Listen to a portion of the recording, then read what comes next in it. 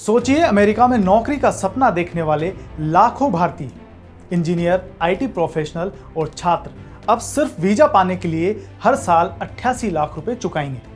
अमेरिकी राष्ट्रपति Donald Trump ने शुक्रवार को एक नया कार्यकारी आदेश साइन कर दिया है, जिसने H-1B वीजा नियमों में ऐतिहासिक बदलाव कर दिया है।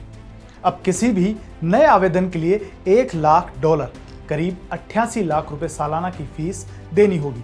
पहले यह फीस सिर्फ $6,000 तक होती थी, यानी करीब 5 लाख रुपए।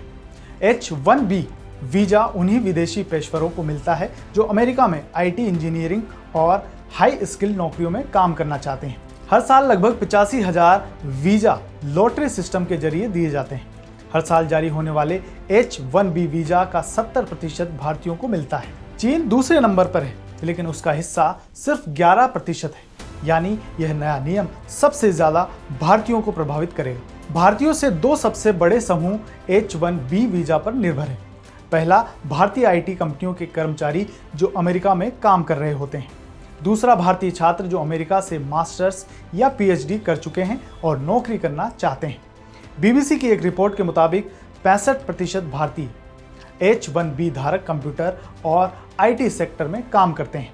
इनका औसत वेतन लगभग $1,18,000 यानी करीब 98 लाख रुपए है। लेकिन अब जब सिर्फ वीजा के लिए ही 88 लाख की सालाना फीस देनी होगी, तो सवाल है, क्या हर कंपनी या हर छात्र ये बोझ उठा पाएगा? व्हाइट हाउस का कहना है कि यह नियम इसलिए लाया गया है ताकि H-1B का दुरुपयोग रोका जा सके। कंपनियां तभी विदेशी कर्मचारियों को रखें जब वास्तव में जरूरत हो।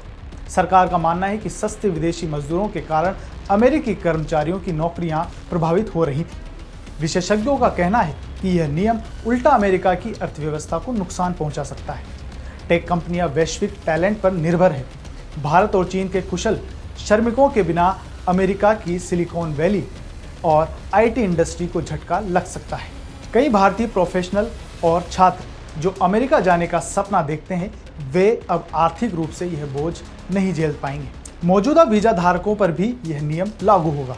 इसका मतलब है कि हजारों भारतीय इंजीनियर, सॉफ्टवेयर डेवलपर और छात्र अब नौकरी खोने या अमेरिका छोड़ने की कगार पर आ सकते हैं। इस कदम के बाद माइक्रोसॉफ्ट, अमेजन, मेटा और जेपी मॉर्गन ने अपने कर्मचारियों के लिए एक एडवाइजरी जारी की है। कंपनियों ने कहा है कि कर्मचारी अमेरिका में ही रहें और फिलहाल विदेश यात्रा से बचें।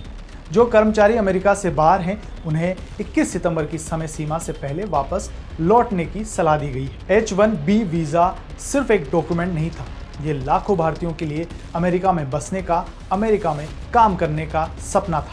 लेकिन ट्रंप के इस नए आदेश ने उस सपने को महंगा ही नहीं, शायद असंभव बना दिया है। इस पूरी जानकारी पर क्या है आपकी राय? कमेंट बॉक्स में जरूर बताएं।